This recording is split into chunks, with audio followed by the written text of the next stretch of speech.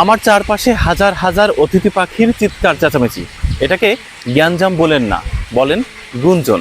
সারা দিন শেষে গোধূলি বেলায় যখন ঘরে ফেরে সকলে একসাথে গল্প করে, তাই হয়তো শব্দটা এত বেশি হয়। দেখেন, অনেক দূর থেকে সব পাখিরা ঘরে ফিরছে, কেউ মুখে মাছ নিয়ে, কেউ বা বাসা তৈরির সরঞ্জাম নিয়ে। আমাদের ঝিনাইদহের পাখির গ্রামে হাজার হাজার অতিথি পাখি এসেছে। কি চমৎকার ব্যাপার দেখেন। তবে এর মধ্যে দুঃখের বিষয়ও আছে। এরকম নাদুস নুদুস বাচ্চা গাছের নিচে পড়ে আছে, হয়তোবা বাসা থেকে তারা ছিটকে পড়ে গেছে। এটা বেশ দুঃখজনক ব্যাপারই বটে। তার পাশে দেখেন পাখিদের কলরবে মুগ্ধ।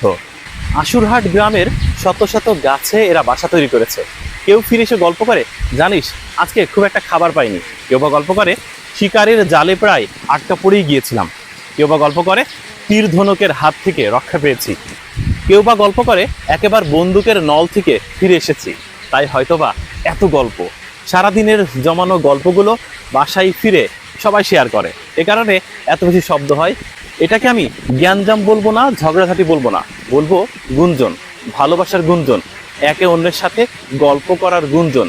না বলা সারাদিনের কথাগুলো একসাথে সবাই বলে, এ কারণেই চারপাশে এত মধুময় আওয়াজ।